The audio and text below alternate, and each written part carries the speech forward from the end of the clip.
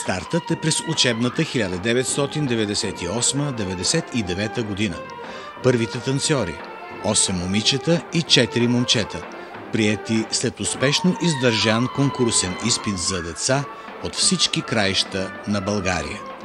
За 25 години над 500 деца от цяла България успешно преминават обучението си по български танци в Националното училище за фолклорни изкуства Филип Кутев, град Котел. Но те остават първите – Антон, Емил, Стоян, Ивайло, Таня, Вергиния, Илияна, Мая, Теодора, Надежда, Дарина, Асенета с първия им учител по български танци – Николай Николов Мамито.